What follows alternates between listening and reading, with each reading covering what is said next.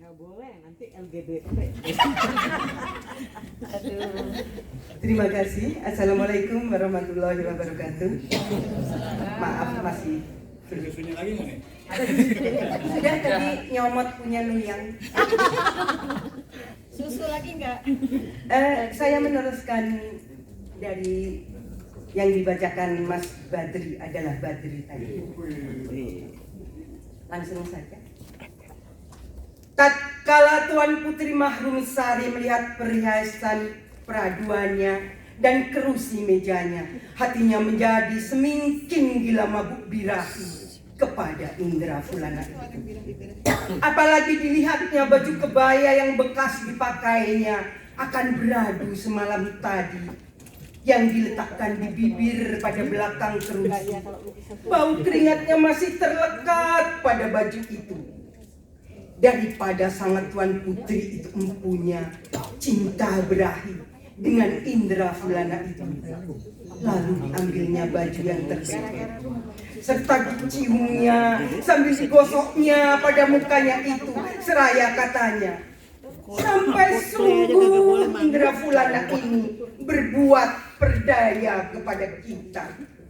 Jika demikian, tiada dapat aku salahkan Sultan muda itu mempunyai cinta birahi kepada Indra Fulana itu. Jangankan ia seorang laki-laki tiada menaruh mabuk dan dendam kepadanya, sedang aku seorang perempuan mabuk birahi melihat bekas tempatnya ini.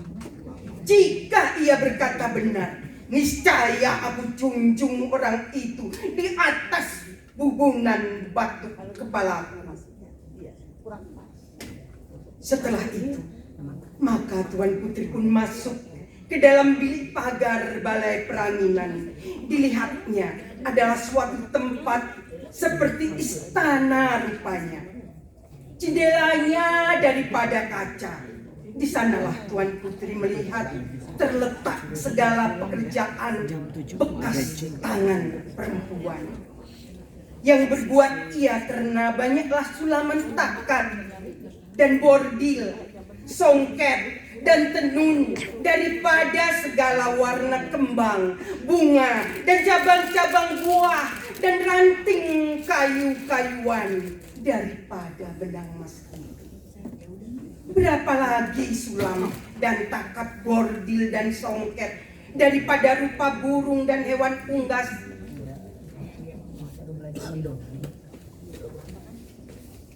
di pohon serta ikan berenang di dalam ganggang. Dan lagi beberapa dilihat pekerjaan yang belum lagi selesai. Jarum dan benang masih tertancap pada kain pemidangan itu. Ada yang sudah selesai, ada yang lagi belum lagi diperbuatnya itu. Maka Tuan Putri terlalu amat heran melihat bekas tangannya itu, lalu berpikir dengan berlinang air matanya. Jika demikian, perempuan juga Indra Fulana tamsil makrifat itu. Karena pekerjaannya ini menunjukkan yang ia seorang anak orang berbangsa. Maka pikir Tuan Putri bahwa dari dulu segala hatiku telah bersangka Indra Fulana itu perempuan juga. Tetapi ada sangkanya, sebab aku hendak mengatakan Indra Fulana itu perempuan. Ia sangat tahunya bermain senjata di atas kuda seperti lagu prajurit yang biasa di medan peperangan. Maka itu jadi salah pada sangkaku. Tetapi benar jua pada rasa hatiku. Jika demikian, patutlah Paduka Kakanda Sultan muda kasih dan sayang padanya. Daripada sebab takut aku menjadi sakit di hati, jadi dengan seboleh-bolehnya dilindungkan jua rahasia itu. Maka itulah hati Putri Mahrumsari menjadi lebih sangat cinta sayangnya dengan Indrafulana itu. Sebab melindungkan dirinya dan menahan sakit hatinya, sebab takut menjadi rusak hatiku ini. Maka Tuan Putri jadi terkenang budi suaminya, empunya pandai memeliharakan hati Mahrum Sari itu. Maka pada masa itu pikir Tuan Putri, kalau Indrafulana itu anak raja di negeri Taksir juga akan menyamarkan dirinya. Karena kabar orang yang mengikut anak raja itu telah nyata lagi mufakat kabar itu dengan perbuatannya dalam taman ini. Yang betul Indrafulana itu seorang perempuan yang pendekar dan bijaksana, akan memeliharakan hatiku dan mimpikan hasrat hati suamiku itu. Maka pada masa itu Tuan Putri pun mengajak mengucap dan mengeluh seraya katanya, "Wah Indrafulana tamsil makrifat, mengapakah Tuan tiada berkata benar? Sesalah aku telah berbuat yang demikian padamu itu, seperti hamba orang yang sungguh-sungguh. Jika aku mengetahui yang engkau seorang perempuan yang tahu berkirim diri, niscaya tiadalah aku berbuat segala garang padamu. Dan lagi aku teringat dalam hatiku yang engkau ini sangat tahunya orang menghambakan diri di negeri orang. Mengapakah Tuan tiada mau berkata benar, supaya aku mengetahui yang engkau seorang perempuan yang manis budi pekertimu itu." Maka Tuan Putri pun cucur air matanya sepanjang jalan serta katanya, "Aduhai Tuan, jika Tuan berkata benar, sedikit pun tiada aku gusari. Apalagi yang seperti aku tiada mempunyai saudara. Maka ridholah aku mengambil saudara akan engkau, seorang yang berbudi, lagipun tahu menahankan hati yang sakit dengan memeliharanya."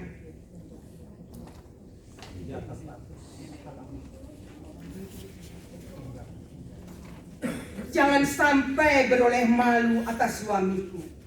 Jika sekiranya aku ketahui yang engkau seorang perempuan, maka aku sambut tuanku itu dengan 10 jari. Aku junjung atas jumlah di atas. Lagi rasa hatiku saksiannya. Tuan tiada berkata benar. Kemudian hari Tuan memberi hatiku rindu padamu. Tuan, sampai hatinya Tuan ini berbuat bohong, tiada mau berkata benar.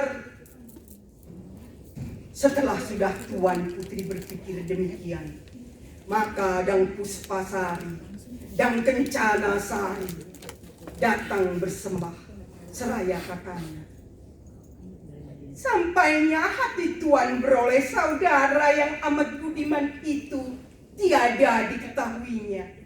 Jika Tuan mengetahui dia, alangkah sedapnya. Yang benar melihat kelakuan orang ini sempurna sekali.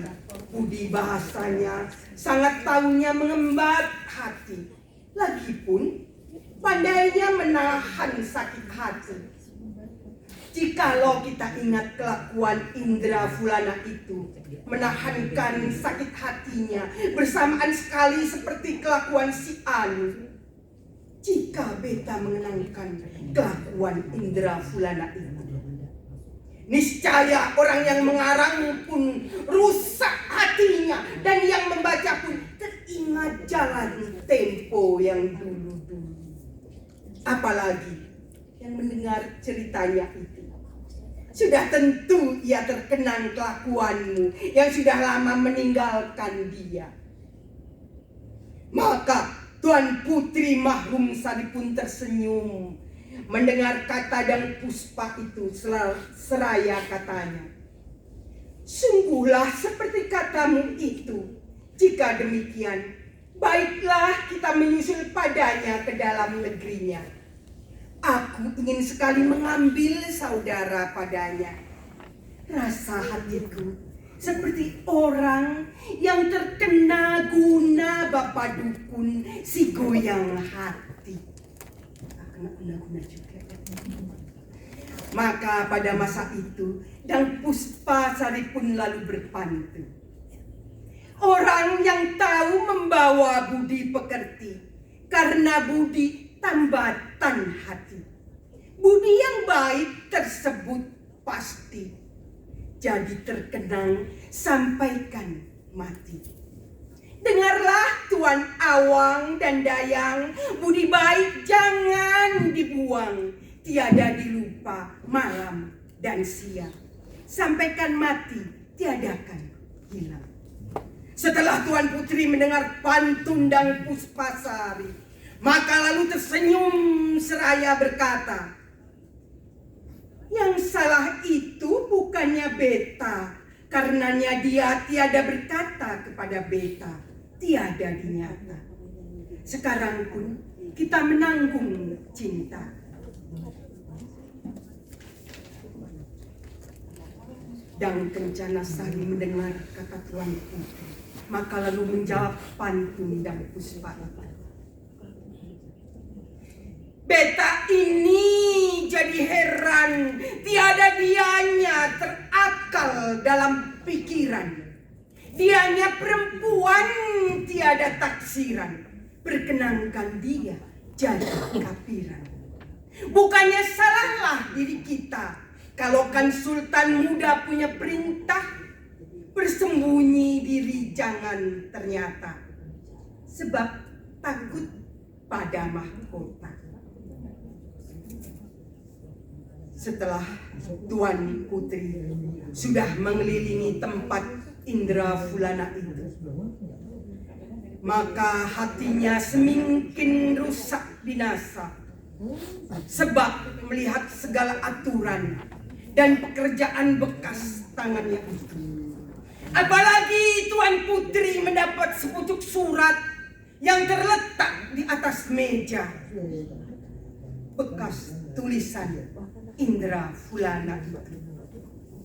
Maka bertambah-tambah hancur lebur rasa hatinya, sebab mendengar bunyi surat itu. Biar lebih kelihatan. Maka Tuan Putri pun lalu mengambil surat itu.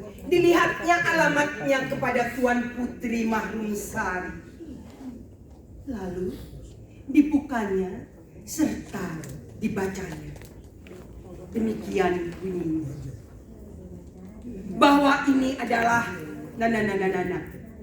orang yang hina bukan mulia, yang duduk menjadi hamba sahaya di negeri orang tersia-sia. Maka adalah beta mohonkan ampun dan maaf di atas kesalahan hamba ini, seorang yang tiada berdaya upaya. Jikalau ada kilaf dan bebal, beta minta diampuni. Demikian, semoga bisa diresapi. Akhirnya tamat juga. Assalamualaikum warahmatullahi wabarakatuh.